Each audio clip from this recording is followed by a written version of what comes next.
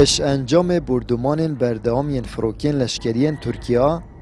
خلک دورن چیایی و سنوریج بو کار و کسابت قصد باجران کن. الش اگر قیران دارایی حرم کردستان بازار تمامی افلج بوینه و بیکاری جی گهشته گوپید که معاش نادن و 6 مانگه معاش من ندای 6 مانگه دیگه چه خود قبول کرد معاش پیشمرگی از خوب پیشمرگی مدرسه مشغولی معاشش نادن هیچ ما اجامت کبیرا مجلسی ایرانی شول نیا سوری زورن ایرانی زورن ترک زورن چه بکنی یعنی اونا همچون بومبارد تئوری لیدا تئوری المدا ایران مشغولی را حتی نقل مشغول خود هایلای اما 5 روزه مهاجر ایران چه شوجی نلیره خداش آکرتیم کلیده زور دم جورهای جور شلوهای جور نیا شلو ضعیفه آره الله سعید نه خود آکرشون نینه آکرشون نینه محتاج اینتین ایره بخوشول کن خود باشه و خرابه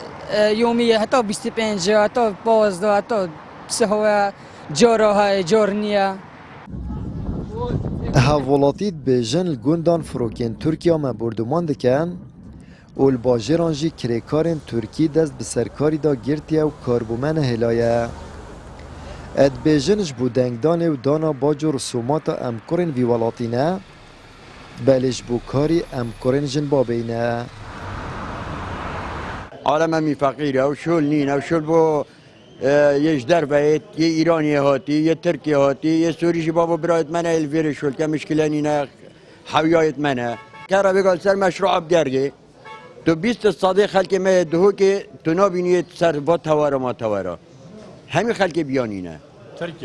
همی ترکن 3 دانه زادی دنه 5 دلار یا میواشی دنه و دفتر کو 20 ورقاش زمانه وایه او خلک ماشی بلا الوی حالی دا بو انتخاب آیل در خانیت ما یه بو دنگ دانیل در خانیت ما بو داری با خلک ما فی دو کنن فقیر و جار دمراندن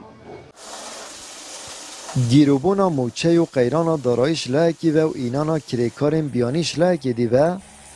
رجا بیکاری پرنگه که برچاف زده کریه و پاریه جانا روژانش بو کریکارم بوی خون خوزی آمد بریفکانی کنال آسمانی پیام